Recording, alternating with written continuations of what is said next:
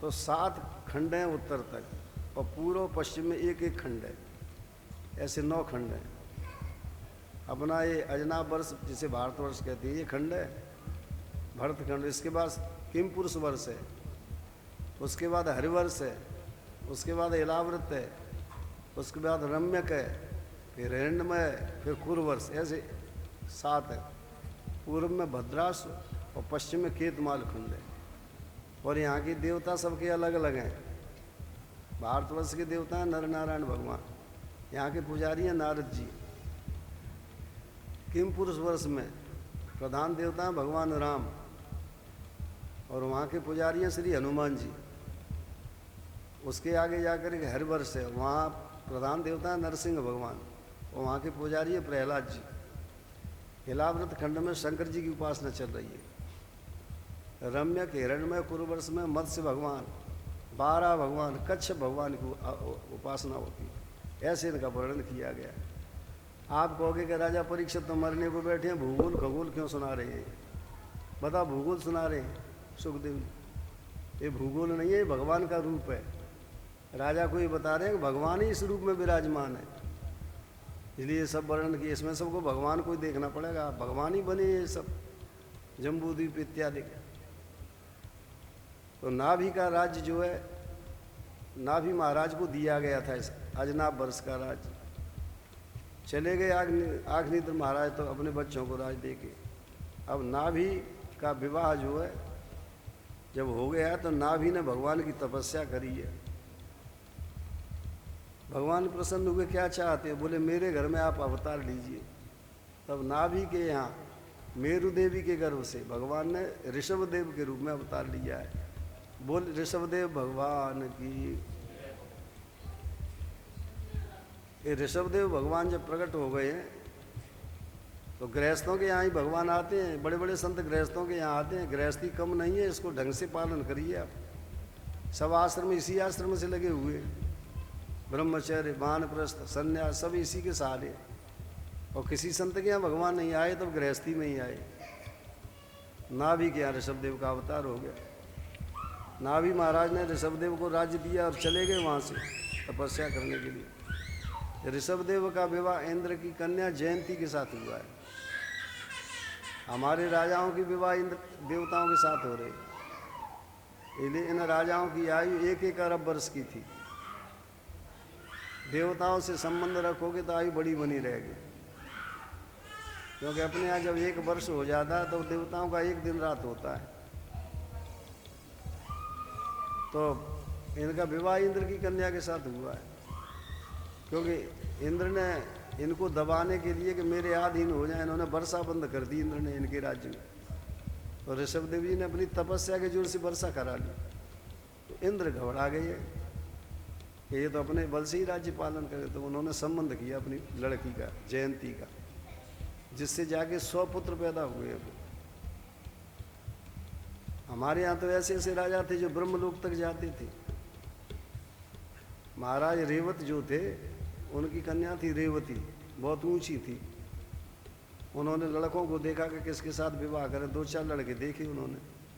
अब सोचा कि कौन सा लड़का अच्छा है इनमें, किसके साथ ब्याह करूं। तो ब्रह्मलोक गए ब्रह्मा जी को पूछना।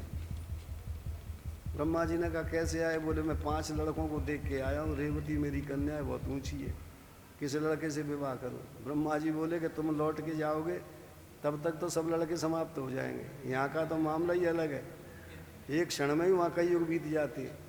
एक काम करना, वहाँ बलदाऊ पैदा हो गए होंगे कृष्ण के साथ में, उनके साथ में विवाह कर देना। ऐसे रेवती का विवाह बलदाऊ भैया से हुआ है। तो ऐसे ऐसे राजा थे हमारे यहाँ जो ब्रह्मलोक तक जाते थे। इसलिए तो हमें अपनी संस्कृति की रक्षा करना है कि ये रास्ते बंद न हो जाएं। पाकिस्तान में हमारे आदमी है, पर चला गया हाथ से तो रास्ते ही बंद है, जा ही नहीं पा रहे हैं। तो ऐसी संस्कृति को बचाना बहुत आवश्यक है, नहीं तो कठिनाई पड़ जाएगी। आगे चल के यदि लोग देवताओं को नहीं मानेंगे तो 30 या 32 वर्ष की आयु रहने वाली है। हम लोग तो अभी ठीक है, 100 वर्ष जिंदे रह रहे हैं। और जब देवताओं को मानना बंद कर देंगे, देवताओं से संबंध ही नहीं रहेगा, तो 30 या 32 वर्ष की अंतिम आयु होगी। भागवत में ये लिखा हुआ है सब।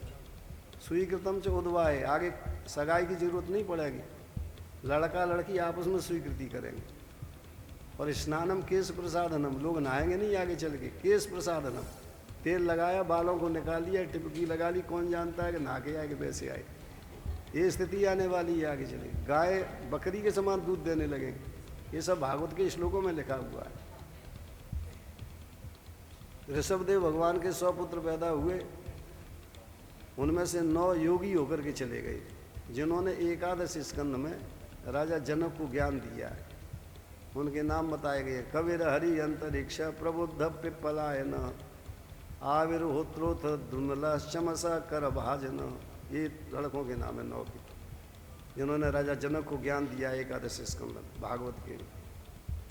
91 घर में रह गए थे। गुरुर न सस्यात् स्वजनो न सस्यात् पिता न सस्यात् जननी न सस्यात् दैवम न तस्यात् न पतिश्च सस्यात् नमो चेदय समुपेत मृत्युम। उपदेश दिया करते थे अपने लड़कों को। गुरुर न सस्यात् स्वजनो न सस्यात्, वो गुरु गुरु नहीं होता है, वो भाई भाई नहीं होता है। गुरुर न सस्यात् स्वजनो न सस्यात् दैवम न तस्यात् न पिता स सस्यात्, वो देवता देवता नहीं होता है, वो माता माता नहीं होती है,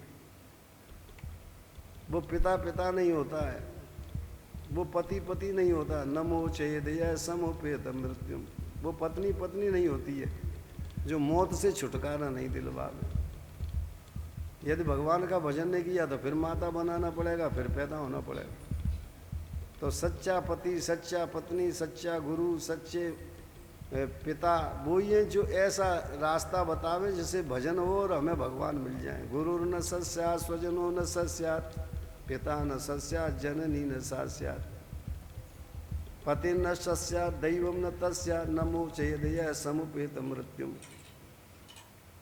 ऐसे उपदेश दिया करते थे और अंत में जा कर के अपने बड़े पुत्र भरत को राज्य दिया है। और स्वयं जो है परमहंस होकर चले गए। ज्ञान की 7वीं भूमिका में घूमते थे ऋषभदेव जी। जिन ज्ञान की 7 भूमिकाओं का वर्णन रामचरितमानस में आया है। बस खड़े हैं तो खड़े रहते, कोई चला देता तो चल देते, और मुंह में पत्थर रख लिया था जैसे मुँह बोल ही नहीं सके, तो पागल समझते थे लोग इनको। कोई लेटा देता तो लेटे रहते, कोई भोजन दे देता तो भोजन कर लेते। अंत में दक्षिण दिशा में कुटकाचल पर्वत था एक, उसमें पहुंच गए हैं। जेठ का महीना था, दोपहर का समय था, लपट चली तो उस कुटकाचल पर्वत पे कीचक बांस थे। कीचक बांस उन्हें कहते हैं जो पोले होते हैं जिनमें छेद होते। जो लपट चली सो आग बैठ गई, दावानल बैठ गया बांसों में, उसी में ऋषभदेव अदृश्य हो गए। अब इस देश के ऊपर भरत जी का राज्य हो गया। सो इस देश को भारत वर्षयति कहने लगे। भागवत के आधार से ये जो ऋषभदेव के पुत्र हैं जरा भरत जी, इनके नाम से भारतवर्ष हुआ है। कुछ आचार्य ये कहते हैं, किसी पुराणों में ये भी दिया है कि शकुंतला के जो लड़के थे दुष्यंत के पुत्र, चंद्रवंश के राजा, उनका नाम भी भरत था, जो सिंहों के साथ खेलते थे। जब उनका राज्य हुआ है तो भारतवर्ष कहलाया है। पर भागवत में तो यही लिखा है कि जब से भरत जी का राज्य हुआ तब से भारतवर्ष ऐसे कहने लगे। भारत का अर्थ होता है भामा ने प्रकाश रत्मा ने लगा हुआ, जो आध्यात्म प्रकाश को देता है संसार के लिए, उसे भारत कहते हैं। इसका पहले नाम अजनाब वर्ष था। अजनाब का अर्थ क्या होता है? अजमा ने ब्रह्म ब्रह्मांड, नाभ माने नाभ, ये पूरे ब्रह्मांड की नाभ स्थल है भारतवर्ष। इसको पहले अजनाब वर्ष कहते थे। ये 50 कोटि योजन लंबा जो चौड़ा ब्रह्मांड है उसका नाभ स्थल बताया गया है। भरत जी का राज्य हो गया। भरत जी के 5 लड़के पैदा हुए। अंत में भरत जी ने अपने लड़कों को राज्य दिया है और स्वयं तपस्या करने के लिए चले गए। और कहाँ पहुँचे जाकर के? नेपाल में गंडकी नदी के किनारे, वहाँ इन्होंने तपस्या करना शुरू कर दी। 3 मुहूर्त तक, सवेरे ब्रह्म मुहूर्त में जगते हैं भरत जी और 3 मुहूर्त तक गायत्री का जप करते हैं बैठ कर जल में। होनी विचित्र होती है। एक दिन की बात रहे, तत्र तदा राजन हरिणी पिपासया जलाशयाभ्यास मई के वो पजगाम। एक हिरणी जो थी वो प्यास से दुखी होकर के जिस गंडकी नदी में ये तपस्या कर रहे थे बैठ के सवेरे के समय पानी में, वहाँ जल पीने को आई। ये गंडकी नदी वही है, इसमें सालिग्राम भगवान प्रकट होते हैं। वैसे आपको मूर्ति लाओगे तो प्रतिष्ठा कराना पड़ेगी, और सालिग्राम को ले आओ तो प्रतिष्ठा की जरूरत नहीं, पूजा शुरू कर दो। पर स्त्रियों को सालिग्राम के पूजन का अधिकार नहीं है गृहस्थी में। जिस स्त्री के पति नहीं है, जिसने मंत्र ले लिया है महात्मा से और गुरु का आदेश मिल गया, वो भले ही सालिग्राम की पूजा करे, पर गृहस्थी में स्त्रियों को सालिग्राम की पूजा नहीं करना चाहिए। सालिग्राम को प्रत्यक्ष बताया गया कि साक्षात विराजमान है। गुरु ने विषय नर बुद्धि शिलासम जाने विष्णुतन। जो गुरु को मनुष्य समझता है, सालिग्राम शिला को पत्थर समझता है। गुरु ने विषय नर बुद्धि शिलासम जाने विष्णुतन। चरणामृत जल जान मंत्र भणे बानी। जो चरणामृत को जल समझता है, ये चरणामृत बहुत कीमती चीज़ है जो भगवान के चरणों का जल है। अकाल मृत्यु हरणम सर्वव्याधि विनाशनम विष्णु पादोदकम पीत्वा पुनर्जन्म न विद्यते। अकाल मृत्यु का हरण करने वाला है चरणामृत। रोज लेते रहो, अकाल मृत्यु नहीं हो सकती। तो चरणामृत को जो जल समझते हैं, चरणामृत जल जान मंत्र भणे बानी सम। और जो गुरु से मंत्र मिलता है उसको साधारण शब्द समझते हैं। महाप्रसाद है अन्न। भगवान का जब भोग लग जाता है वो महाप्रसाद हो जाता है, उसे अन्न नहीं मानना चाहिए, उसे प्रसाद मानना चाहिए।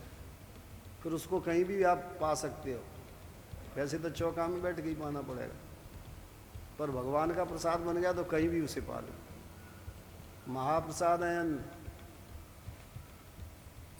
तो जो महाप्रसाद को अन्न मानते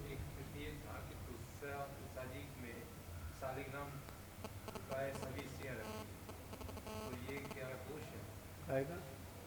जिस तुलसा जी का पेड़ होता है तो उसमें सालिग्राम रखना नहीं चाहिए, वैसे रख देते हैं तो वो रख देते हैं वो शंकर जी को ला करके। सालिग्राम अलग है, वो कसौटी है, वो सालिग्राम में से स्वर्ण निकलता है। और इसलिए कसौटी जो सोने की है वो सालिग्राम की ही होती है, और किसी जगह सोने का पता नहीं लगेगा। पर सालिग्राम से करो लाइन खिंच जाती है, तो वो अलग होते हैं सालिग्राम। और जो बाण लिंग है जो शंकर जी के नर्मदे सोना, उसको लोग रखते हैं विशेषकर। सालिग्राम को नहीं रखना चाहिए। ये सालिग्राम जो है इनको तो पूजा ही करना चाहिए। और जो शंकर जी नर्मदा में से आते हैं, नर्मदा के पत्थर सब शंकर माने जाते हैं, उनकी भी प्रतिष्ठा की जरूरत नहीं पड़ती है। उनको आप तुलसी में रख सकते हो, जल चढ़ा सकते हो, वहाँ कोई दोष नहीं। फिर भी यदि सालिग्राम भी रख दोगे तो स्पर्श स्त्रियों को नहीं करना चाहिए। ऊपर से जल चढ़ा दो कोई बात नहीं, स्पर्श का दोष बताया गया। अब सालिग्राम घर में रखोगे तो नवाना पड़ेगा, हाथ लगाना पड़ेगा, इसलिए दोष है। और ये बात हमने तब कही है कि महारानी विजयाराजे सिंधिया जो ग्वालियर की थी, उन्होंने हमारे गुरुजी से इस बात को पूछा था। बहुत विद्वान थे गुरुजी, तो उन्होंने कह दिया था कि स्त्रियों को निषेध है सालिग्राम भगवान का। तो वो पूजन नहीं करती, हाथ नहीं लगाती थी। अब जल तो कोई चढ़ा सकता है या कहीं ऐसी मौका आ जाता। महाप्रसाद है साधु की जात पहचान है। और जो साधु से जात पूछता है, महात्माओं से जात नहीं पूछना चाहिए, न ये पूछना चाहिए आप कहाँ रहते हो, क्योंकि उनको जन्मभूमि की याद आएगी तो कष्ट होगा।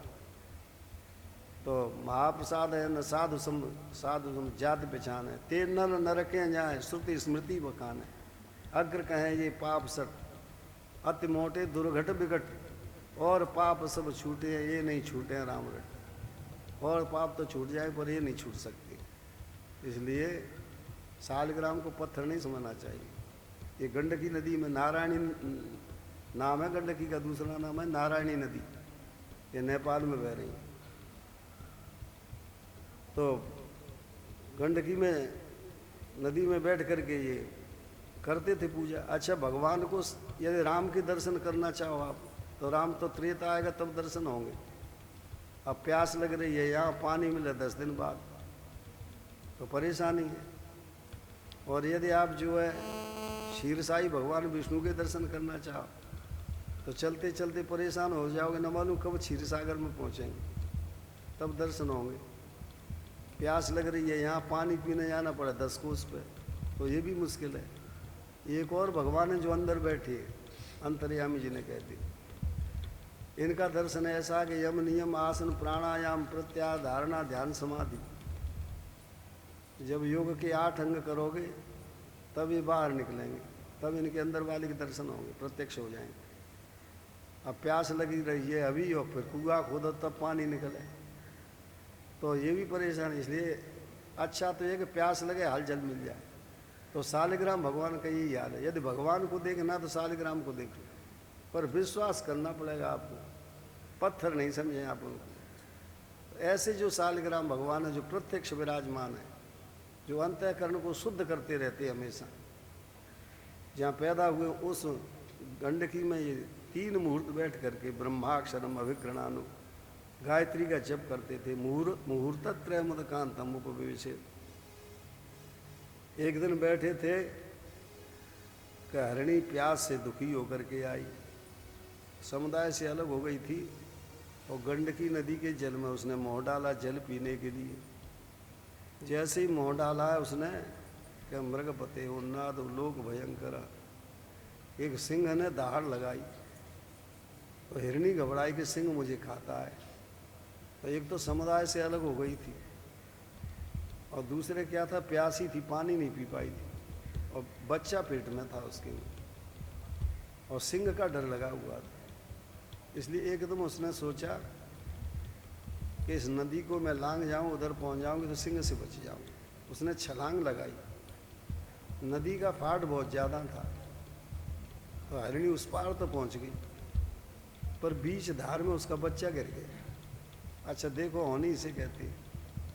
इधर 3 मुहूर्त पूरे हो गए थे भरत जी के, तो जैसे ही 3 मुहूर्त पूरे हुए, आंखें खोल रही, देखें तो बच्चा गिर गया है। हरिणी उस पार पहुंची, और गुफा थी एक, उस गुफा में चली गई, और वहाँ जाके उसके प्राण निकल गए। वो एकदम गिरी बेहोश होकर के प्राण निकल गए। भरत जी ने सोचा कि बच्चा अभी जिंदा है, मैं इसको ले जाके हिरणी के पास कर आऊँ। तो उन्होंने तैर करके बच्चे को उठाया और हिरणी के पास अंदर गए गुफा में, देखे तो हिरणी मरी पड़ी थी। अब सोचा बच्चे का क्या किया जाए, तब बच्चे को लेकर के चले आए हैं, आके लालन पालन करना है तो शुरू कर दिया। जो लालन पालन शुरू किया सो बच्चे में अब मोह पैदा हो गया। अब तो भजन बंद होने लगा और बच्चे का ध्यान ज़्यादा होने लगा। आंखें बंद करके जल में बैठ के भजन करते हैं, बीच में आंखें खोल के देख लेते हैं कि बच्चा इधर उधर तो नहीं चला गया। दिन में बच्चे के लिए घास लाते, उसे खवाते। बच्चा थोड़ा बड़ा हुआ, एक दिन हिरणों का झुंड आया, उस झुंड में बच्चा मिलके चला गया। अब जब बच्चा चला गया तो इनको चिंता बैठ गई, अब भजन बंद हो गया, मोह पैदा हो गया था उस बच्चे से। अब अनिष्ट की कल्पना करने लगे। ऐसा लिखा हुआ है, मनोविज्ञान का सिद्धांत है कि कोई अपनी प्रिय चीज़ यदि बाहर रह जाती है तो अनिष्ट में आशंका, अनिष्ट की आशंका होती है हमेशा। लड़का कह जाए कि मैं कल आ जाऊंगा और लौट के नहीं आए तो यही सोचेंगे कि कहीं किसी ने पकड़ तो नहीं लिया, कहीं बीमार तो नहीं हो गया। चाहे भले ही वो जो है सिनेमा देख रहा हो, कुछ कर रहा हो, पर अनिष्ट की आशंका होती है। तो ऐसे ही भरत जी सोचने लगे कहीं बच्चा हिरणों के झुंड में तो नहीं मिल गया, नहीं हिरण उसे चरने नहीं दे रहे होंगे, अकेला खड़ा होगा। कहीं सोचते हैं किसी सिंह ने तो नहीं खा लिया, कहीं विचार करते हैं कि कीचड़ में तो नहीं फंस गया होगा। ऐसे नींद नहीं आती उनको। संध्या के समय जब देखते हैं चंद्रमा के लिए तो चंद्रमा में काला धब्बा दिखाई देता है। सोचते हैं हो नो हिरण का बच्चा इस चंद्रमा ने चुरा लिया। जाकी रही है भावना जैसी, प्रभु मूर्ति देखी तिन तैसी। अंदर जैसा विचार होता है बाहर वैसा ही दिखाई देता है। अंदर से कोई क्रोध ही होता है तो बाहर बैरी दिखते हैं, अंदर से लोभ ही होता है तो बाहर चोर दिखते हैं। किसी आदमी के अंदर का पता लगाना है, उससे बातचीत करना शुरू कर दो और उसका कोई विकार पैदा करो, चाहे क्रोध करो चाहे लोभ, तो अपने आप बताएगा कि अंदर से मैं कैसा हूँ। उसका कोई ना कोई शब्द निकलेगा। रामचरितमानस में कथा आई हुई है, समुद्र के किनारे भगवान राम बैठे हुए थे। पास में सुग्रीव थे, विभीषण थे, अंगद जी थे और हनुमान जी थे। और पूर्णिमा का चंद्रमा निकल रहा था उस समय। और लक्ष्मण जी दूर बैठे थे वीरासन से। तो राम जी ने सोचा कि ये लोग सोचते क्या रहते हैं रोज अंदर अपने, इनके विचारों का पता लगाना चाहिए। तो राम जी ने एक प्रश्न किया है, कह प्रभु सस में नेचकताई और कहो कहा निज निज मत भाई। बताओ चंद्रमा में काला धब्बा कैसा दिखता है। कह प्रभु सस में नेचकताई और कहो कहा निज निज मत भाई। सुग्रीव जी पहले थे। सुग्रीव कहने लगे, कहा सुग्रीव सुनो रघुराई और सस में प्रगट भूमि की जाए। ऐसा लग रहा है कि पृथ्वी की छाया चंद्रमा में पड़ रही है, उसका काला धब्बा है। सोई भगवान राम समझ गए कि बाली का राज्य मिला है इनको, पृथ्वी मिली है, न राज्य की चिंता रहती है। तब कह रहे हैं, कहा प्रभु कहा सुग्रीव सुनो रघुराई और शशि में प्रगट भूमि की झाई। विभीषण से पूछा आपको क्या दिखता है। विभीषण ने कहा मुझे पृथ्वी की छाया नहीं दिखती। फिर मारे राहु शशि कह कोई और मैं प्रगट श्यामता सोई। मुझे तो ऐसा लगता है कि राहु ने लात मार दी है चंद्रमा में, सो काला धब्बा पड़ गया है। मुझे तो लात का चिन्ह दिखाई देता है। सोई राम जी समझ गए कि रावण ने लात लगाई है, न रात दिन लात ही दिखाई दे रही है। देखो अंदर की बात बाहर कैसे बोल रहे हैं, अंदर के विचार बाहर ऐसे निकलते। अंगद जी से पूछा आपको क्या दिखता है। अंगद जी ने कहा न पृथ्वी की छाया दिखाई दे, न राहु की लात का चिन्ह दिखाई दे। को कहे जब विधि रति मुख की ना और सार भाग शशि कर हरिलीना। प्रगट सो छिद्र इंदूर माही और ते मग देखिए नव पर छाई। मुझे तो ऐसा लगता है कि जब कामदेव की पत्नी रति का मोह ब्रह्मा जी ने बनाया तो सुंदरता की आवश्यकता पड़ी। अब ब्रह्मा जी सोचे कि सुंदरता तो पूरी कर दी, अब सुंदरता कहाँ से लाऊं। सो चंद्रमा दिख गई। सो ब्रह्मा जी ने सोचा चंद्रमा सुंदर है, चंद्रमा का सार भाग हरण किया ब्रह्मा ने रति के मोह में लगाने के लिए। तो सार भाग हरण करने से चंद्रमा में छेद हो गया। सो मुझे तो उस छेद से काला आकाश दिख रहा है इस चंद्रमा में। अंगद जी कहते हैं, को कहे जब विधि, विद्यमान ब्रह्मा, को कहे जब विधि रति मुख की ना और सार भाग शशि कर हरिलीना। प्रगट सो छिद्र इंदुर माही और ते मग देखिए नभ पर छाई। सो वो छेद हो गया, उससे नव आकाश की छाया दिख रही है। सोई राम जी समझ गए कि बाली का राज्य पुत्र अंगद को मिलना चाहिए था और मैंने दे दिया भैया सुग्रीव को। सो इन्हें तो यही दिखता है कि मेरा सार भाग चला गया। तब कहते हैं कि मुझे आकाश सार भाग का हरण दिख रहा है, उससे छेद से आकाश दिखता है। इसलिए भगवान राम ने जब दोबारा रावण के पास भेजा है दूत, तो अंगद जी को ही भेजा है। इसीलिए अंगद जी को भेजा था कि अंगद जी कह रहे सार भाग का हरण हो गया मेरा, तो मिलना होगा तो ये रावण से मिल जाएंगे, क्योंकि रावण मिलाने की कोशिश करेगा, पर वो मिले नहीं अंगद जी।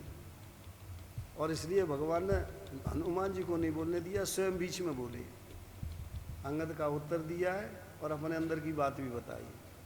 भगवान राम कहने लगे कि न तो मुझे पृथ्वी की छाया दिखाई दे, न राहु की लात का चिन्ह दिखाई दे, न मुझे सार भाग के हरण से बने छेद से आकाश दिखाई दे।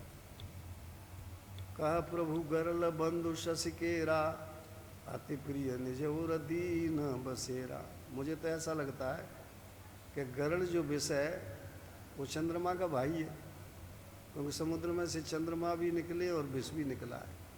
कह प्रभु गरल बंधु शशि केरा अति प्रिय निज उर दीन बसेरा। तो चंद्रमा ने सोचा कि मेरा भाई भले ही काला कलूटा है और खराब है, पर है तो भाई, इसलिए उस चंद्रमा ने उस गरल को विष को अपने हृदय में जगह दी। तभी तो विष संयुत कर निकर पसारी और जारत बिरह बंत नर नारी। इसलिए तो विष की किरणें आ रही हूँ, मैं जल रहा हूँ, क्योंकि भगवान तो विरह में थे। तो विरह में जो है भगवान जल रहे थे। चंद्रमा की किरणें शीतल होती हैं पर भगवान को जला रही थी। तो भगवान ने कहा हो नो ये विष है, तब मैं जल रहा हूँ। तो भगवान ने अपने अंदर की बात भी बताई और साथ में अंगद का उत्तर भी दिया है। अंगद जी, भैया कैसा भी खराब हो तो भी घर में ही जगह देना चाहिए। जैसे चंद्रमा ने दे दिया है, काला कलूटा है, विष मारक है, फिर भी जगह दी है। तुम्हारे पिता बाली को चाहिए था कि सुग्रीव कैसा भी खराब था तो अभी अपने पास ही रखते, उसे निकालते नहीं। इसलिए मैंने जो किया है वो ठीक किया है। अंगद को युवराज बनाया है भगवान ने, नहीं तो सुग्रीव मरवा डालते अंगद के लिए, क्योंकि बाली के बाद उन्हीं का नंबर था बलशालता में। बिंदु जी महाराज कहते थे इस कथा के लिए, बहुत पहले की बात है, सन 50 की। बिंदु जी बड़े प्रसिद्ध हुए अपने देश में। जब कथा कहते थे तो मोरें बोलने लगती थी, उनकी आवाज़ ऐसी पतली इतनी बढ़िया थी। तो वो बताते थे कि जब युद्ध पूरा हो गया है तब अंगद जी ने भगवान के पैर पकड़ लिए जब अयोध्या को चले तब। और एक अंगद जी ने कहा आपने मेरे पिता को अकारण मारा है, अब मुझसे युद्ध करिए आप। तब भगवान ने कहा नहीं बेटा, तुमको तो पुत्र बना के मुझे सौंपा है बाली ने, नहीं मुझसे युद्ध नहीं होगा, तुम्हारा मेरे लड़कों से युद्ध होगा। अंत में जा कर के लव कुश से युद्ध हुआ अंगद जी का। ऐसी कथा वो कहते थे, कहाँ से कहते थे ये पता नहीं। हनुमान जी से पूछा आपको क्या दिखता है? हनुमान जी ने कहा न पृथ्वी की छाया दिखाई दे, न राहु की लात का चिन्ह दिखाई दे, न मुझे बने छेद से आकाश दिखाई दे, न मुझे विष दिखाई दे। कहा हनुमंत सुनो प्रभु, सस्य तुम्हार प्रिय दास, और तब मूर्ति विदुर बसति सोई श्यामता भास। मुझे तो ऐसा लगता है कि चंद्रमा आपके भक्त हैं, आपका ध्यान कर रहे हैं, आप सामले रंग के हो, सो सामले रंग के रूप में आप ही विराजमान हो, मुझे तो आप ही दिखाई देते हो। तो जा की रही है भावना जैसी, और प्रभु मूर्ति देखी तिन तैसी। अंदर से आदमी जैसा होता है बाहर वैसा ही देखता है। आज हिरण का बच्चा खो गया इसलिए चंद्रमा में हिरण दिखाई दे रहा है। अंत में मौत आ गई इतने में इनकी, जैसे ही मृत्यु आई तैसे ही दूसरे जन्म में जाके हिरण के बच्चे हैं थे बने। कालिंजर पर्वत के ऊपर हिरण के हड्डी के गर्भ से पैदा हुए। कौन सा कालिंजर पर्वत? जहाँ भगवान के राम के राज्य में एक कुत्ता ने सन्यासी को महंत होने की दिलवाई थी। भगवान राम ने 11,000 वर्ष 11 महीने 11 दिन 11 घड़ी पल राज्य किया है, और इतने वर्षों में केवल 2 मुकदमा चले थे। एक गीध का मुकदमा था, एक कुत्ता का मुकदमा था। पद्म पुराण में एक कथा है। एक महात्मा जी थे सन्यासी, वो भिक्षा के लिए जा रहे थे 11 बजे गांव में। वहाँ एक कुत्ता खड़ा था। जैसे ही सन्यासी जी धसे से कुत्ता घूसा। कुत्ता ने जब घूसना शुरू किया, नहीं धसने दिया सन्यासी जी बाहर, फिर धसे से फिर कुत्ता धसने नहीं दे। सन्यासी जी को आई गुस्सा से कुत्ता में डंडा मारा उन्होंने, कुत्ता चला गया। सन्यासी जी भिक्षा लेके चले गए। भगवान राम के दरबार में कुत्ता पहुंचा तो भगवान से कहा महाराज मेरे अकारणीय सन्यासी ने डंडा मारा है। सन्यासी जी को बुलवाया गया, कुत्ता के डंडा क्यों मारा तुमने? सन्यासी जी ने कहा कि मेरा काम है भिक्षा लेने का, मैं भोजन बना नहीं सकता, अग्नि का स्पर्श नहीं करता, इसलिए मैं भिक्षा के लिए जा रहा था, ये मुझे धसने नहीं देता था, घूंसता था, इसलिए मैंने डंडा मारा। मंत्री कहने लगे कि बिल्कुल ठीक किया, सन्यासी तो भिक्षा से ही जीवन चलाता है। कुत्ता ने कहा नहीं महाराज, सन्यासी का कर्तव्य 12 बजे के बाद भिक्षा लेने जाए, वो ये तो 11 बजे ही जा रहे थे, इसलिए मैं इनको धसने नहीं दे रहा था, शास्त्र पर चलाना चाहता था, इसलिए मेरा दोष नहीं है। सब कहने लगे, भगवान राम कहने लगे बिल्कुल सही बात है, सन्यासी को तो 12 बजे बाद जाना चाहिए। भूख के कमज़ोर थे तो क्यों सन्यासी बने? कहा इनको दंड मिलना चाहिए सन्यासी जी को। तो राम जी ने कहा क्या दंड दिया जाए? मंत्री बोले कुत्ते ही से पूछा जाए। कुत्ता से पूछा कि क्या दंड दें इनको? कुत्ता ने कहा इनको महंत बना दो कालिंजर का। अब राम जी बड़े संदेह में कि मेहनत बनाने पर तो शोभा यात्रा निकालना पड़ेगी, हाथी पे बिठालना पड़ेगा, बाजे बजेंगे। कुत्ता से पूछा तुमने इनको दंड दिया है कि इनको पुरस्कार दिया है? कुत्ता ने कहा नहीं महाराज, जब ये महंत बन जाएंगे और जब इनका लोभ जागृत होगा तो दिया के लिए जो घी आएगा, कहीं इन्होंने उसको खा लिया तो इनको फिर जाके कुत्ता ही बनना पड़ेगा। इसलिए दिखता तो ऐसा है पर अंत में कष्ट ही होता है। तो कुत्ता ने जिस जगह का महंत बनवाया था सन्यासी जी को कालिंजर पर्वत पर का, उसी पे ये जाके प्रकटित हुई हरिणी के गर्भ से। पूर्व जन्म में इनको पूरी याद थी। भक्ति बीज बिन से नहीं और जो युग जाहे अनंत, ऊंच नीच घर उपजय भऊ संत को संत। आज जो हमने कथा सुन ली है वो बीज नष्ट नहीं हो सकता। कितने भी जन्म लें हमें उद्धार करके छोड़ेगा ये, किसी भी जन्म में करे उद्धार करेगा हमारा। ये बीज पनपता रहता है। भक्ति बीज बिन से नहीं जो युग जाहे अनंत, ऊंच नीच घर उपजय भऊ संत को संत। पूरी याद थी पूर्व जन्म की। मैं चक्रवर्ती राजा था, हिरण का बच्चा बन गया क्योंकि हिरण की याद की थी मैंने। अंत समय में जिसका स्मरण होता है उसी की प्राप्ति होती है।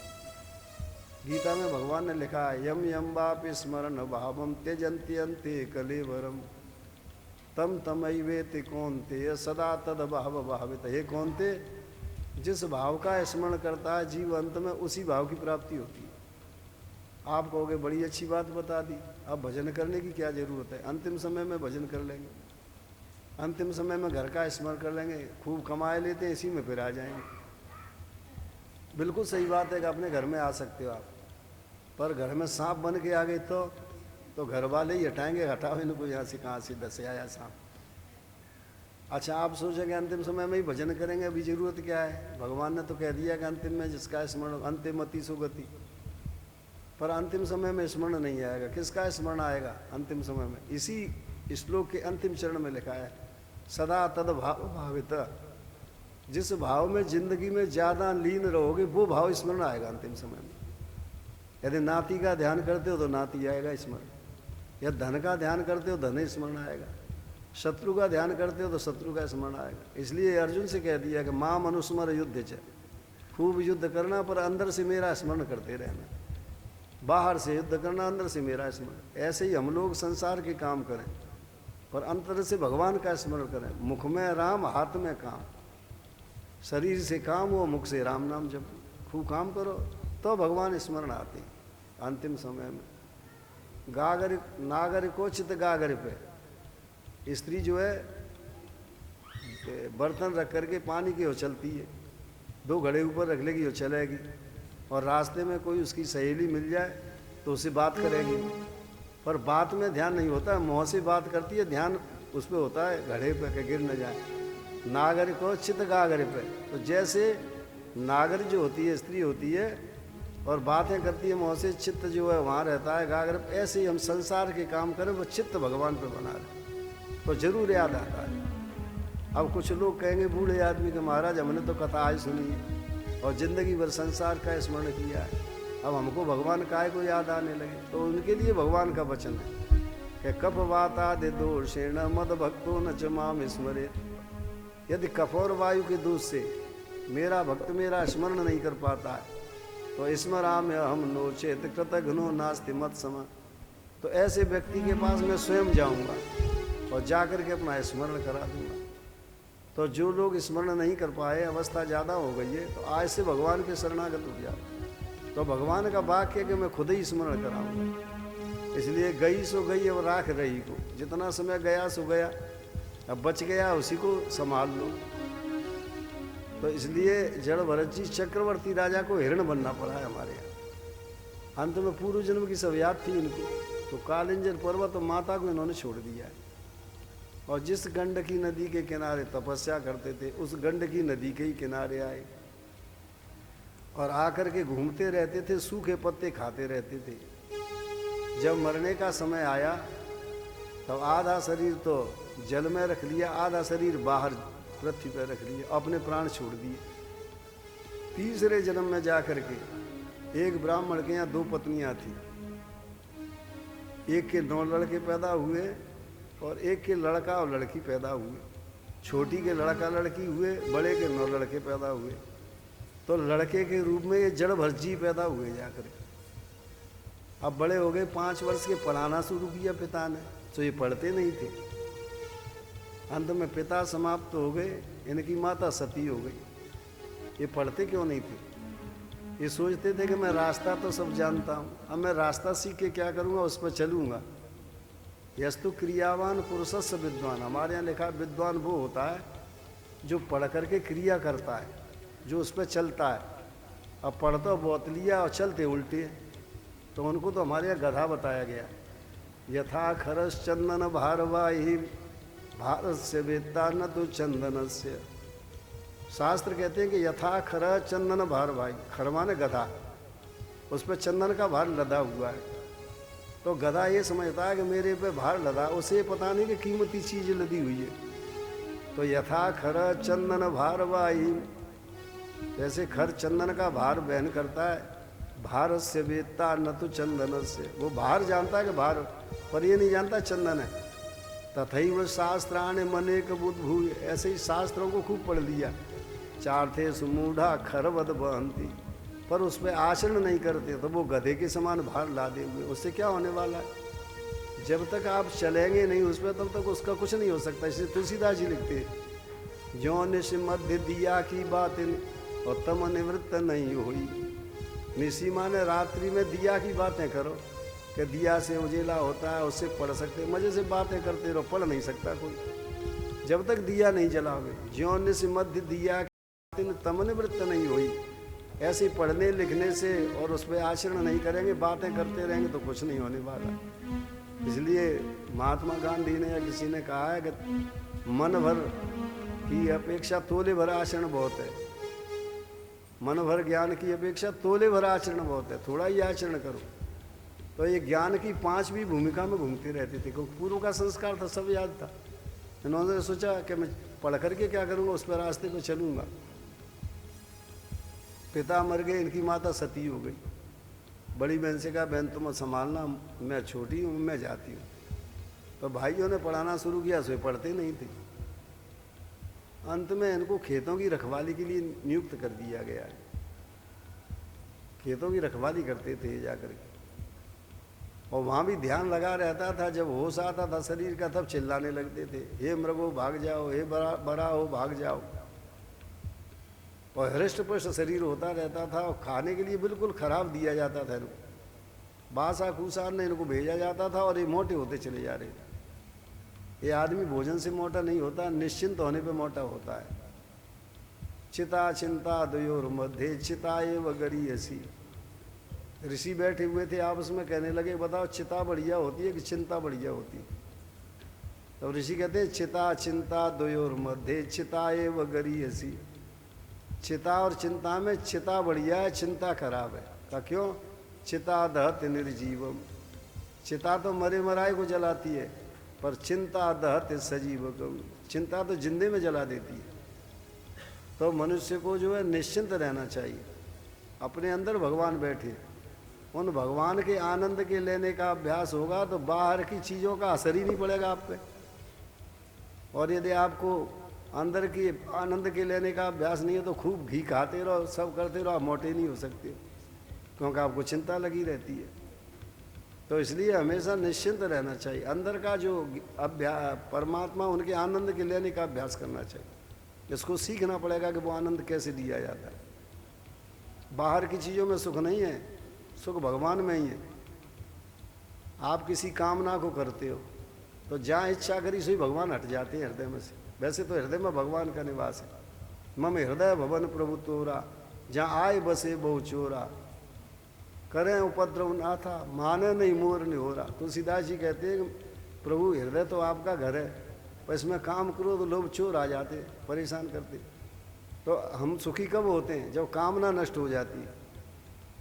हमारे मन में आया मोटर ले लें, अब वो कामना आ गई, भगवान हट गए, अब सुख चला गया, आनंद स्वरूप है भगवान। अब कब सुख आएगा? जब आप मोटर ले लेंगे। मोटर ली सो कामना हट गई, भगवान फिर आ गए, फिर सुखी हो गए। तो चीज़ के लेने पर भी सुखी हो जाते, पर एक संकट है, कि आपने मोटर ले ली तो सड़क चाहिए, ड्राइवर चाहिए, सैकड़ों कामनाएं और आ जाएगी। इसलिए ज्ञान के द्वारा उस कामना को नष्ट करोगे तो भगवान हमेशा विराजमान रहेंगे, और कामना की चीज़ से उसे नष्ट करोगे तो और कामना आ जाए, भगवान का सुख चला जाएगा। इसलिए हम सुखी होते हैं, किसी चीज़ की प्राप्ति के बाद सुखी इसीलिए होते हैं कि चूँकि वो कामना नष्ट हो जाती, भगवान बैठ जाते। तो उन भगवान के आनंद के लेने का जैसे अभ्यास होता है, बाहर की चीज़ों का उस पर असर ही नहीं होता है, और बाहर की चीज़ों में जो है सुख है ही नहीं, उनमें तो दुख ही दुख है। देखिए एक उदाहरण है बड़ा सुंदर। एक पंडित जी थे, 2 दिन के जगे हुए थे, विवाह पढ़ कर के आए थे और भूखे भी थे। गर्मी की ऋतु थी, जेठ का महीना। जजमान के यहाँ पहुँच गए। जजमान बहुत संपन्न था, उसने पंडित जी के लिए बिछवाया तखत, उस पर चदरा गद्दा तकिया सब लगा दिए, कूलर लगा दिया। रात के 9 बजे जब पंडित जी सोने लगे तो जजमान ने कहा, महाराज होशियार से सोना, अभी जो है सांपिन आपके उसमें चदरा में धस गई है। जो सांपिन का नाम लिया तो 2 दिन के जगह थे और बड़े जोर से नींद आ रही थी। सांपिन का नाम लेते ही पंडित जी की नींद चली गई। 1 करोड़ पड़े रहे रात भर, नींद नहीं आई। सवेरे जब जजमान ने कहा कि सांपिन निकल गई, सो पंडित जी उछल के नीचे आ गए। तो बताइए, यदि गद्दा में, तकिया में, चदरा में और उसमें कूलर में नींद होती तो पंडित जी को आना चाहिए थी, क्यों नहीं आई? क्योंकि अंदर की नींद चली गई। अंदर सुख भरा हुआ है, वो यदि चला जाएगा तो बाहर की चीज़ आपको सुख दे ही नहीं सकती है। इसलिए बड़े बड़े मालदार लोग दुखी बैठे रहते हैं, और जो फक्कड़ पड़े हुए हैं उन्हें कोई परेशानी नहीं। तो अंदर के लेने का अभ्यास होना चाहिए। इन जड़ भरत जी को अंदर की सुख के लेने का अभ्यास था, इसलिए बाहर की चीज़ों का असर नहीं होता था, हृष्ट पुष्ट होते चले जा रहे। एक भील सरदार था, उसके कोई संतान नहीं थी। किसी तांत्रिक ने बता दिया कि आदमी की बलि दे दो माता के मंदिर में तो तुम्हारे संतान हो सकती है। सो परम भागवतम राजर्षि प्रवर्तम भरतम मुत्सृष्ट मृग शरीरम चर्म शरीरण विप्रतम गतमाहु। सो जिसका बलिदान होने वाला था माता के मंदिर में, वो आदमी भाग गया। चोर सरदार जो था उससे कहा कि वो आदमी तो भाग गया है। वो भील सरदार ने कहा कि एक काम करो, किसी को भी पकड़ लिया, उसका बलिदान करो। रात का समय था, ढूंढते ढूंढते वो उसके दूत चले आए। सो ये खेतों पे बैठे थे, जड़ वर्जीन को पकड़ लिया। अथ एनम उपलब्धम भर्ति कर्म निष्पत्तिम मन्यमाना बद्ध्वा रसनया चंडिका ग्रहम उपन्यन्युर मुदा विकसित बदना। अब इनको तो कुछ पता नहीं क्या हो रहा है, तो भगवान के ध्यान में लीन रहते थे, प्रसन्न रहते थे हमेशा। अब बंधन करके ले जा रहे चंडिका मंदिर के लिए, माता के मंदिर के लिए। वहाँ पहुँच गए। वो भील सरदार बड़ा प्रसन्न हुआ कि हृष्ट पुष्ट शरीर का है। अब इनका उबटन चालू हुआ। उबटन चालू हुआ तो इनको शरीर का होश आया। जब परमहंस को शरीर का होश आता है तो उसको भी अच्छे ही काम करना पड़ते हैं।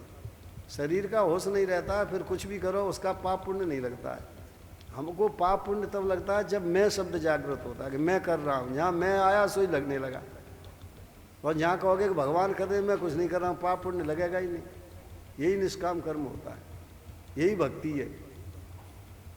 और पाप पुण्य जब बराबर हो जाते हैं तब भगवान मिलते हैं। पाप ज़्यादा होंगे तो नरक मिलेगा, पुण्य ज़्यादा होंगे तो स्वर्ग मिलेगा। इसलिए संत जो करते हैं वो भगवान के निमित्त ही करते रहते हैं, उनके सहारे ही करते हैं। अच्छा, एक प्रश्न आता है कि संतों से जो पाप होता है वो कहाँ जाता है और पुण्य होता है वो कहाँ जाता है? तो वेद में एक ऋचा आई हुई है कि दुर्हृदा पुण्य पाप कृत्यां सुहृदा पुण्य कृत्यां।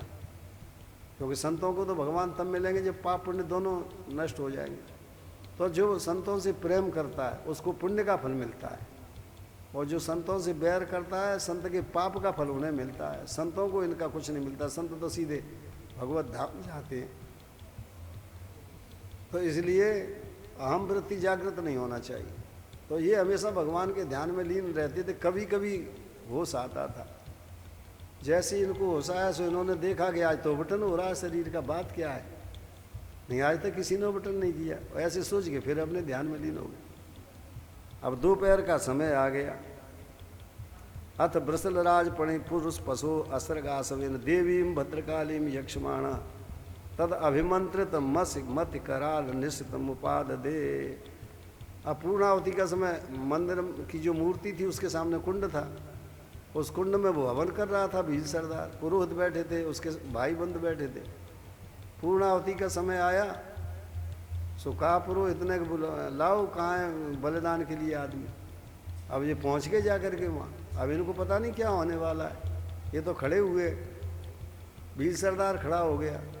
पुरोहित जी ने पूर्णाहुति का मंत्र चालू किया, जैसे ही मंत्र चालू किया तैसे इनको होश आया शरीर का, भगवत प्रेरणा से जो होश आया तो देखा सामने भद्रकाली। तो परमहंस को जब होश आ जाता तो उनको भी जो अच्छे ही काम करना पड़ता है, अच्छा व्यवहार करना पड़ता है, क्योंकि शरीर का होश है। सो उन्होंने भद्रकाली माता की प्रार्थना करना शुरू कर दी। अब संत के तो उसमें ही शब्द में ही मंत्र का असर होता है। आप प्रतिष्ठा करा रहे हो और पंडित कमजोर है, नहीं प्रतिष्ठा कर पाते ढंग से, तो प्रेम प्रतिष्ठा होती है। फिर आपका यदि सच्चा प्रेम है मूर्ति से तो उसमें स्वयं भगवान को आना पड़ता है। तो संतों के यहाँ प्रेम प्रतिष्ठा होती है विशेषकर। तो सामने मूर्ति जो इन्होंने, ये तो अंदर से परावाणी से सिद्ध थी। 4 वाणियाँ हैं, परा, पश्यंती, मध्यमा और बैखरी। आप बैखरी से बात करो कोई असर नहीं होगा, आप बैखरी वाणी से कथा कहो कोई असर नहीं होगा, मध्यमा से जब कथा कहोगे तो श्रोताओं पर असर पड़ जाएगा। परावांग मूलस्था, परावाणी जो मूल में रहती है, और नाभि संस्थिता, पश्यंती नाभि संस्था, पश्यंती वाणी नाभि में रहती है। हृदय स्था मध्यमा गया, हृदय में मध्यमा वाणी रहती है। और बैखरी कंठ देश का, ऊपर से बोलना ये बैखरी वाणी, हृदय से जब बोलोगे तो असर पड़ जाएगा। तो ये तो परावाणी के सिद्ध थे। इन्होंने जो परावाणी से स्तुति की, इधर पूर्णावती का मंत्र पूरा हुआ है, उधर स्तुति पूरी हुई है कि देवी भद्रकाली मूर्ति उच्च चाट।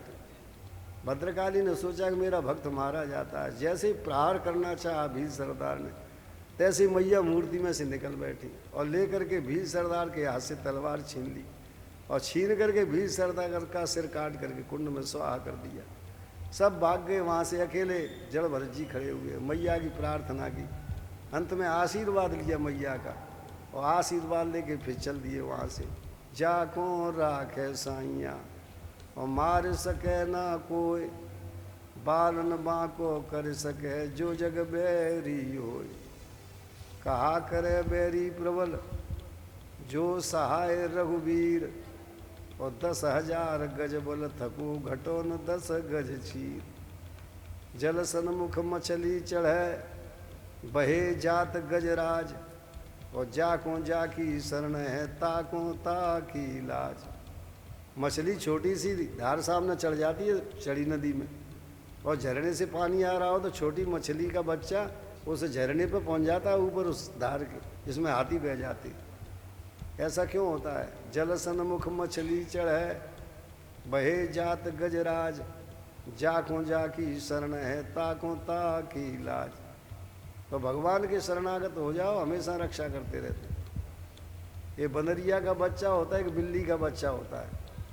तो ज्ञानी बंदरिया के बच्चा के समान है, और भक्त बिल्ली के बच्चा के समान है। बंदरिया 2-4 दिन तक तो अपने बच्चे पे हाथ लगाए रखे रहेगी। जब पैदा होता है बच्चा तो 2-4 दिन तो उसको डांटती है वो, फिर उसे छोड़ देती है कि चाहे तू मर चाहे जिंदा रहे। फिर तो बच्चा स्वयं चिपकता है उससे। बदरिया छलांग लगाएगी इधर से उधर, बच्चे पे हाथ नहीं लगाएगी, छोटा होगा तब लगा लेगी, थोड़ा बड़ा होगा तो वो खुद स्वयं उछलती है, दिखाने को भले ही हाथ लगा दे। ऐसे ही ज्ञानी अपने बल से भगवान से चिपके हुए। भगवान जानते हैं कि तुम्हें जो करना हो उसको करते रहो, तुम तो ज्ञानी हो, मेरे पास आ जाओ। पर भक्त जो है बिल्ली के बच्चे के समान है। बिल्ली के दांत ऐसे होते हैं कि चूहे को पकड़े तो निकल नहीं सकता है चूहा, इतने कठोर दांत हैं। पर अपने बच्चे को, बच्चा तो पड़ा रहता है, वो 10-12 घर में ले जाती है बिल्ली पालन करने के लिए। तो ऐसे ढंग से उठाती है बिल्ली अपने बच्चे को कि न तो दांत गढ़ने देती है और न उसको गिरने देती है, ऐसे जा कर के घरों में रखती है। तो भक्त भगवान के बिल्ली के बच्चे के समान है, भगवान के भरोसे रहते हैं। तो भगवान हमेशा उनकी रखवारी करते हैं। करो सदा तिनकी रखवारी, जिम बालक हैं राखे महतारी। अंत में जड़ भरत जी वहाँ से चल दिए। रास्ते में देखा तो राजा रघुगण जा रहे थे पालकी में बैठे हुए। सिंधु सौवीर पते राजा रघुगण इक्षुमत्या तटे, इक्षुमती नदी के किनारे। रघुगण से ब्रजता तत्कुलपतना शिविका बाह पुरुषान्वेषण समय दैवेनोपसादिता सदजुवरा उपलब्ध एव पीवाय वा संगनांगो गोरखर्वधुरम्बोडुमलम यदि पूर्व विष्टि ग्रहित ईसा ग्रहित प्रसव मतदर वा शिविकाम स महानुभाव। कितनी दूर जा करके विराम दिया व्यास जी ने। तो जब जा रहे थे राजा रघुगण पालकी में बैठे तो एक कार बीमार हो गया। कारों ने कहा महाराज हमें से तो एक बीमार है। राजा रघुगण ने कहा सर्वदेव मयो राजा, राजा में सब देवताओं का निवास है, कोई मिल जाओ उसे पकड़ो। उधर से जड़ भरत जी चले आ रहे थे, हृष्ट पुष्ट शरीर लेके पालकी में लगा दिया। अब पालकी में लगाया, शरीर का होश नहीं है, फिर भी ये नियम होता है कि पूर्व के अभ्यास से परमहंसों से भी गलत काम नहीं होते। तो कई जन्म तक अहिंसा वृत्ति पालन करते हैं तब परमहंस बनते हैं। हंस, परमहंस और श्री परमहंस, तीन विशेषताएं इनमें। श्रीधर स्वामी ने अपनी स्तुति में श्री परमहंसास्वादित चरण कमल मकर चिन्ह मकरंदा ऐसे लिखा है, श्री परमहंस लिखा है उन्होंने। हंस वो होता है जो सदा सद का विवेक कर लेता है कि नित्य क्या है नित्य क्या है। परमहंस वो होता है जो अनित्य को छोड़ देता है, नित्य पर चलता है। और श्री परमहंस वो होता है जो नित्य को भी नहीं जानता है, वो तो चलता ही रहता है खाली। तो अब श्री परमहंस होते, तो ये परमहंस थे। और परमहंसों से गलत काम नहीं होते, क्योंकि पहले अहिंसा सत्य इत्यादि का पालन करते हैं तब परमहंस बनते। तो प्रकृति उनको स्वयं चलाती है। तो रघुगण को की पालकी में जब जड़ भरत जी को जोत दिया गया तो जब चैंटी आ जाती थी, कोई कीड़ा आ जाता था तो अपने आप प्रकृति पैर उठवा के आगे रखती थी, उसे बचाती थी कि हिंसा न हो जाए। तो कभी पैर आगे रखें, कभी पीछे रखें, कभी उछलें। तो जब पैर आगे रखते तो राजा का सिर पीछे, और जब पैर सकोड़ के रखते तो राजा का सिर आगे टकराए, जब उछले तो ऊपर टकराए। राजा ने कहा अरे कहारो तुम किस तरह से चल रहे हो? कहारों ने कहा महाराज हमारा दोष नहीं है, जो साथ में लगा दिया गया है। एकस्यापि दोष सर्वेशाम सांसर्गिकाणाम, सांसर्ग को दोष एवं नूनम एकस्यापि सर्वेशाम सांसर्गिकाणाम भवितुमर्हति निश्चित निसम्य कृपणवचो राजा रघुगण उपासित वृद्धोपी न सर्गेण बलात्कृत ईसदुत्थित मनुर। आपको हम इसलिए गद्य सुना रहे हैं कि एक बार गद्य तो सुन लोगे क्या लिखा है इसमें। ये सब संस्कृत के शब्द हैं, ये पापों को नष्ट करते हैं। अग्नि को चाहे जान के पकड़ो चाहे बिना जाने पकड़ो, आपको जलाएगी। ऐसे ही संस्कृत के शब्द कर्ण कुहर में जा करके पापों को नष्ट करते हैं। इसलिए हमारे यहाँ लिखा है शुद्ध शब्द भाषणे धर्म। संस्कृत के शब्दों को बोलोगे कि धर्म मिलेगा, आपको पुण्य मिलेगा। जैसे भजन से फल मिलता है ऐसे संस्कृत शब्द बोलने से मिलता है, क्योंकि तो अनादि शब्द हैं ये। तो जैसे भगवान का शरीर है ऐसे भगवान का स्वरूप है ये, साक्षात ये तो कृष्ण भगवान का स्वरूप है। सो अंत में उसने कहारों ने कह दिया कि महाराज हमारा दोष नहीं है, ये चल रहा है उल्टा सीधा। तब पालकी उतरवा ली है राजा रघुगण ने और डराना शुरू किया है।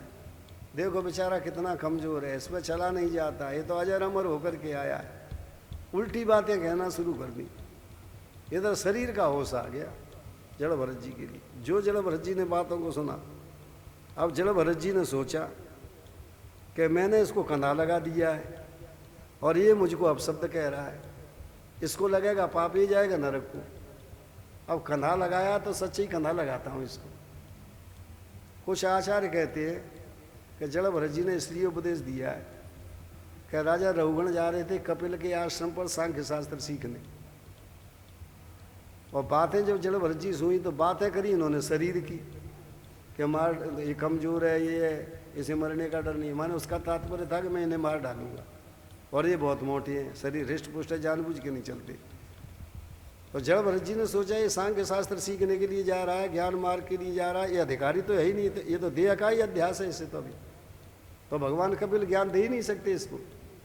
तो दुनिया ये कहेगी कि जड़ भरतसरी के संत का साथ हुआ था फिर भी राजा रघुगण अधिकारी नहीं बन पाया, संतों को कलंक लग जाएगा, इसलिए मैं इसको ज्ञान अब जरूर दूंगा। ऐसा सोच के फिर ज्ञान देना शुरू किया। कुछ आचार्य कहते हैं कि राजा रघुगण पूर्व जन्म का कर्म था इनका, यही हिरण का बच्चा बना था, कर्म हिरण का बच्चा बना था, उसने इनको हिरण बनवाया और स्वयं राजा बना। क्योंकि जड़ भरत जी ने तो हिरण का साथ किया इसलिए हिरण बने, और उस हिरण ने संत का साथ किया, जड़ भरत जी सरी गए विद्वान संत का, इसलिए वो राजा बन गए। तो जड़ भरत जी ने सोचा कि मेरा कर्म है, जब तक इसका उद्धार नहीं होगा मेरा उद्धार हो नहीं सकता है। ऐसे सोच कर फिर उपदेश दिया, स्थौल्यम कार्श्यम व्याध है आदयश्य शूत्र भयम इच्छा जराच। अरे राजन, तुम कहते हो स्थूलता कृष्णता, ये तो शरीर को होती है, मुझे तो ये होती ही नहीं है। नैनम छिन्नन्ति शस्त्राणि नैनम दहति पावक न चैनम क्लेदयन्ति आपु न शोषयति मारुता। मुझे अग्नि नहीं जला सकती, मुझे जल नहीं डुबा सकता है, मुझे हवा नहीं बहा सकती है। जो आत्म तत्व का उपदेश दिया, राजा रघुगण घबरा गए उस समय, चरणों में गिर गए जड़ भरत जी के। ना हम विशंके सुरराज वज्रात न त्रयक्षशूला नयम अस्य दंडात। फिर प्रार्थना करिए, मुझे यमराज के डंडे का डर नहीं है, मुझे शंकर जी के त्रिशूल का डर नहीं है। शंके भ्रसम ब्रह्म कुलापमानात्, मुझे एक डर है, ब्राह्मणों का अपमान तो नहीं हो गया, आपका अपमान, ब्राह्मण है आप, अपमान तो नहीं होगा मुझसे। तब फिर उपदेश दिया है कि रहुगण तपसा न याति न चेज्या निर्भपणात् ग्राहत्वा।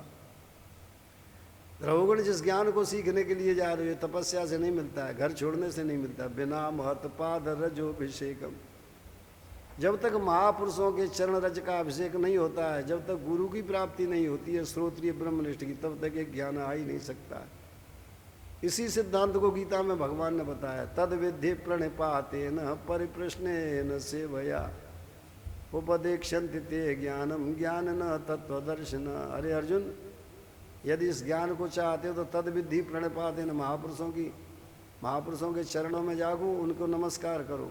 तद विद्धि प्रणिपाते न परिप्रश्न न सेवया, उनकी सेवा करो और प्रेम से प्रश्न करो उनसे। उपदेक्षन्ति ते ज्ञानम, तब तुमको ज्ञान प्राप्त होगा। अर्जुन को ज्ञान नहीं दिया है महाभारत में, जब तक वो चेला नहीं बने। अर्जुन कह रहे थे गांडीवम संसते हस्तात त्वक्चयु परिदह्यते न च शक्नो में अवस्था तुम भ्रमतीव च मे मन। महाराज गांडीव गिर रहा है, मेरा मन जो है घूम रहा है, मेरी समझ में नहीं आता युद्ध करूं कि नहीं करूं। भगवान चुपचाप बैठे रहे। और जब अर्जुन ने कहा कार्पण्य दोषोपहत स्वभाव प्रच्छा में ताम धर्म समूढ़ चेता, महाराज मैं कायर हो गया हूँ, मुझे समझ में नहीं आ रहा धर्म क्या है। कार्पण्य दोषोपहत स्वभाव प्रच्छा में ताम धर्म समूढ़ चेता यस्त्रेय निश्चितम ब्रूहितन में, जो कल्याण का रास्ता वो बताओ, भगवान नहीं बोले। और जब ये कहा कि शिष्य हस्ते हम साधिमाम ताम प्रपन्नम, मैं आपका शिष्य हूँ, मुझे बताइए रास्ता। जो शिष्य शब्द का नैनम छिन्नन्ति शस्त्राणि कहना शुरू कर दिया। आज यही कह रहे हैं जड़ भरत जी रघुगण से, बिना महापुरुषों के चरण रज के अभिषेक कि ये ज्ञान नहीं आता। फिर भवाटवी का वर्णन किया है, बड़ा लंबा चौड़ा वर्णन है भवाटवी का, इसको कह देते हैं फिर कीर्तन कर। हाँ देर लगेगी। हाँ संक्षेप में आपको सुनाएंगे, समझ में आ जाए तो बहुत कथा कहना है। एक यात्री जा रहा था, जड़ भरत जी ने रघुगण को उपदेश दिया है। एक यात्री जा रहा था, रास्ते में चोर मिल गए। उन चोरों ने गठरी उठरी उसकी लूटना शुरू किया। जैसे तैसे वो उनसे बच गया। जब आगे बढ़ा जा करके तो गीदड़ मिल गए उसे।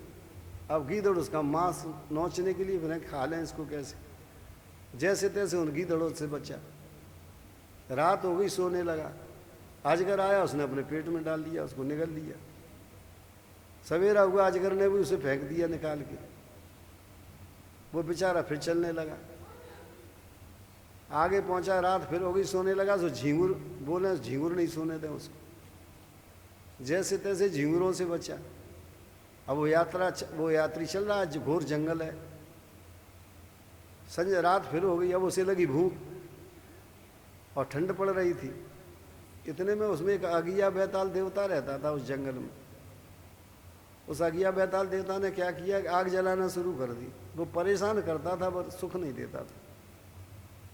इस यात्री ने सोचा कि आग जल रही है, चलो भोजन बना लूँगा और ठंड भी हट जाएगी।